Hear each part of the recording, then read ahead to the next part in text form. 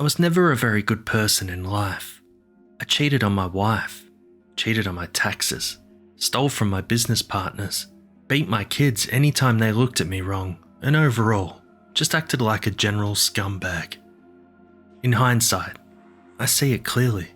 I wish I could start over and do it all again. One night, on my way home from my law firm, a freak ice storm covered the highway. I had a four-wheel drive and didn't think about the falling sleet and hail until a truck in front of me began to slide, then jackknifed and flipped, landing not even 10 feet in front of my SUV. I had no time to react. I slammed on the brakes but ended up going into the side of the trailer at 70 miles an hour, without a seatbelt on. The last thing I remember was time slowing down to a crawl as I flew through the windshield. Shards of glass glittering like stars all around me in the winter air. Then it was blackness. I awoke, screaming and hyperventilating in the same blackness, but without any pain. In the darkness, I felt my body, running my hands over my arms, legs, chest and face. I didn't seem to have a single broken bone or laceration. I was even in the same expensive Armani suit I'd been wearing during the accident. It seemed ridiculous that I had somehow survived unscathed, without even a tear in my suit. I stood in the darkness, putting my hands out in front of me and stumbling around in short, hesitant steps. After a few minutes of this, I ran into a wall. The wall felt warm and seemed to vibrate under my fingers. I pushed on it, and my hands went into it, like pushing into silly putty. I began to rip away pieces of the wall and throw them behind me, and a shaft of light pierced through the hole I had just made. The light illuminated the cavern I was in, showing a floor of cobblestone soaked in layer after layer of dark, red, clotted blood. The wall itself looked like the guts of some massive creature. It had long shards of white bone running through the top and bottom, with smaller pieces of bone connecting them. The rest was some light red and vibrating tissue, like intestines that had been unspooled to form a never-ending solid wall. I looked down at my hands and saw with horror that dozens of black maggot-like worms squirmed all down my wrists and hands. With a yelp and a jump backwards, I frantically tried to shake them off, but I could feel hot stings coming from my hands as they were biting me, over and over. After a few minutes of writhing and rubbing my hands together, I got them all off. I could feel my heart beating out of my chest and instinctually kept checking the rest of my body to make sure I didn't miss any more of the biting, blood-sucking maggots. The soft, fiery light that came through the hole I made in the living wall showed me a door on the opposite side of the hall from the wall. From what I could see, it had a straight hallway that went off into the darkness. Having no other good options, I started walking down the hall, the minuscule light quickly fading into nothing. I put my hands out in front of me and felt the smooth stone walls. I walked in a straight line for what felt like hours before seeing a glimmer of red light. At first only a tiny pinpoint. As I walked towards it, it grew and grew, until I realized I was staring at a door that must have been 20 feet tall, surrounded by polished white bones on all sides. The bones that composed the framework of the door were so massive they looked like they had come from a blue whale, as if someone had taken the ribs off of one and fused them together into an archway. All I could think of as I approached this door was my wife, my child, and my job. Everything that I identified as me. Everything that gave me meaning. Despite having cheated on my wife many times, I still loved her deep down. After all, I had protected her from the knowledge of what a poor husband I was, simply out of love for her. I had never let my 5-year-old child suspect that his father was involved in anything illegal or immoral. My love for them had made me protect them from all the things that I had to do to guarantee us a better life. And now I just wanted to see them again. To be with them. I knew I was basically a good person, and I just wanted another chance to prove it. I kept their faces in my mind's eye as I walked through the massive archway. It looked big enough to drive a tractor-trailer through. I saw flickering light coming from the other side, and, taking a deep breath, stepped over the threshold. What I saw horrified me and shocked me into stillness.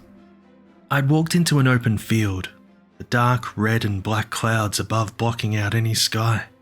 The light filtering through them cast everything in a bloody glow.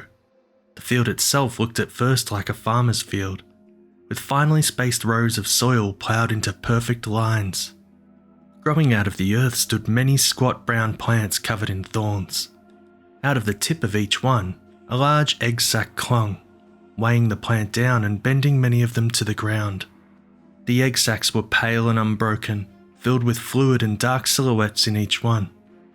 I saw beings writhing, one adult-sized silhouette in each sac, some putting their faces up to the wall of the sac in a silent scream, others trying to reach their arms or legs out through. But the sturdy covering of the yolk just bowed out with their arms and legs and didn't pop. It looked as if the people inside the eggs were all drowning. I quickly began speed walking between the lines of horrifying plants, wondering whether the plants fed on the people in the sacs, or whether it just fed them and gave birth to them. As I passed the first row, one of the sacs burst and a torrent of fetid, rotting fluid burst out, dumping a beautiful, naked woman at my feet. She had long brown hair and green eyes, flawless skin, and a tiny upturned nose. She heaved in a deep breath, as if she had been drowning, before looking up at me. God, she said. Please don't hurt me. I shook my head and helped her to her feet. Why would I hurt you, ma'am? Everyone here hurts me, she said, starting to weep. Her fingers shook as she sobbed, bowing her head in a pathetic way. I grabbed her arm. I promise you, I will not hurt you. I'm one of the good guys. But I think we should get going. We really need to find a way out of here. Out of here? She asked, crying and laughing at the same time. There is no way out of here. Don't you know where you are? I shook my head. This is hell. I don't know if it is hell in the Judeo-Christian sense, but it's close enough. Everyone here is dead. I don't feel dead, I said, rubbing my hands over my suit, my face, and my hair. Everything seems intact. She nodded at this, her crying quietening down as she focused on my face. Everyone comes in like that, she said, until they catch you, torture you, burn you, rip you apart. Then when your body is too spent to feel anymore, they bury you in these fields. These plants grow overnight, encasing your body in a sack and bringing it up to the surface, where it starts to feed you and revive you. After you're healed enough for another round of torture, the fruit of the plant bursts. But who brings you to these fields? Who is in charge? Her pupils dilated, her eyes wide, she whispered the answer. Angels. At that moment, a bolt of lightning shot down from the red sky, bursting open dozens of plants nearby and showering us in a mixture of blood, amniotic fluid, thorns and leaves. I grabbed her arm. Let's get out of here. We can talk more when we get somewhere safe. She laughed at this, as if it was the most absurd thing she had ever heard, and we began to run.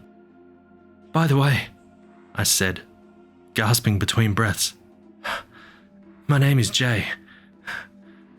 Angela. At the end of the field, I saw a paved road. It had countless potholes and cracks running through it, and some parts of it had been wiped out and fallen into what ran parallel to it on the farther side. But I was still glad to see some sign of a trail. A road, I cried, pointing in excitement. Maybe that road leads somewhere out of this hellhole. She shook her head in amazement at my stupidity, but I ignored her. I had to hope there was some way out, that this wasn't just a never-ending landscape of horrors under a blood-red sky. The road seemed to stretch out in both directions forever, fading into each horizon in a perfectly straight line. I could see parts of the road were entirely missing, and it looked like some bridges had collapsed further down into the direction I was looking. So I turned the opposite way and started moving, holding Angela's hand as I went. Her presence gave me some comfort. She even reminded me of my wife to a certain degree, as they both had very light skin and an overall Irish cast to their faces. "If this is hell, then why are you here?" She looked up at me, surprised by the question. Heaving a deep sigh, she looked away. "No sense in keeping secrets here, I guess. We're just going to get captured and tortured to death anyway. That's all it is here. Just a never-ending cycle of pain and death. A lot of these people completely lose their minds." She rubbed her hand over her eyes, as if her head hurt her. "I always wanted to be an actress, but I grew up having no money. I met an older man who said he believed in me and that he wanted to take me to LA, but we needed money to get from the East Coast to LA and to live there while I looked for work. He convinced me to rob a bank with him to get it.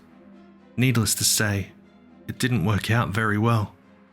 Got spooked and murdered 2 of the tellers before a security guard came out and shot him in the head. I grabbed his gun and killed the guard, took the money and ran. When the cops caught up with me, I pulled over slowly, put the gun to my temple, and pulled the trigger. I had absolutely no intention of going to prison for the rest of my life. I was just a stupid kid, really.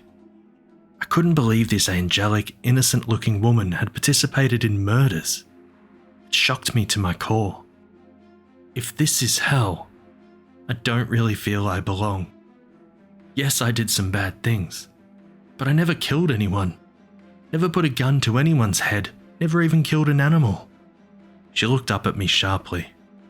"You're only lying to yourself. No one innocent comes here. But I don't really care what you did, to be honest. We are both trapped here, and that's all I need to know. There is no hope. Just don't betray me. Our only chance of surviving longer is to stick together and trust each other." As we ran, the fields began to fade and what looked like an old dilapidated western town began to take their place. I saw people hanged by their neck from the street signs. Overall, it seemed like the safest place in the area, however, so I began to pull Angela over in that direction. There was an old saloon with swinging gates and we walked inside, wary of any traps. In the corner, I saw what looked like a medieval knight with massive white wings flowing out from his back. He held a man's mouth open while another man in a full suit of glowing blue armor poured molten lead down his throat. The man screamed for a moment, then the lead ate through his neck and he collapsed to the ground. "Angels," Angela said to me. Their heads turned towards us, but there were no faces there. It was just an empty black void under a platinum helmet, one that seemed to glow from its own inner light. They approached me, and I grabbed Angela. Please take the girl and let me live." My heart bursting with anxiety in my chest. They looked at each other, then back at me. "Tell me how to get out of here and she's all yours. I'll hold her down while you burn her alive or cut her to pieces. Please, I just want to see my family." To my utter astonishment, they nodded at me.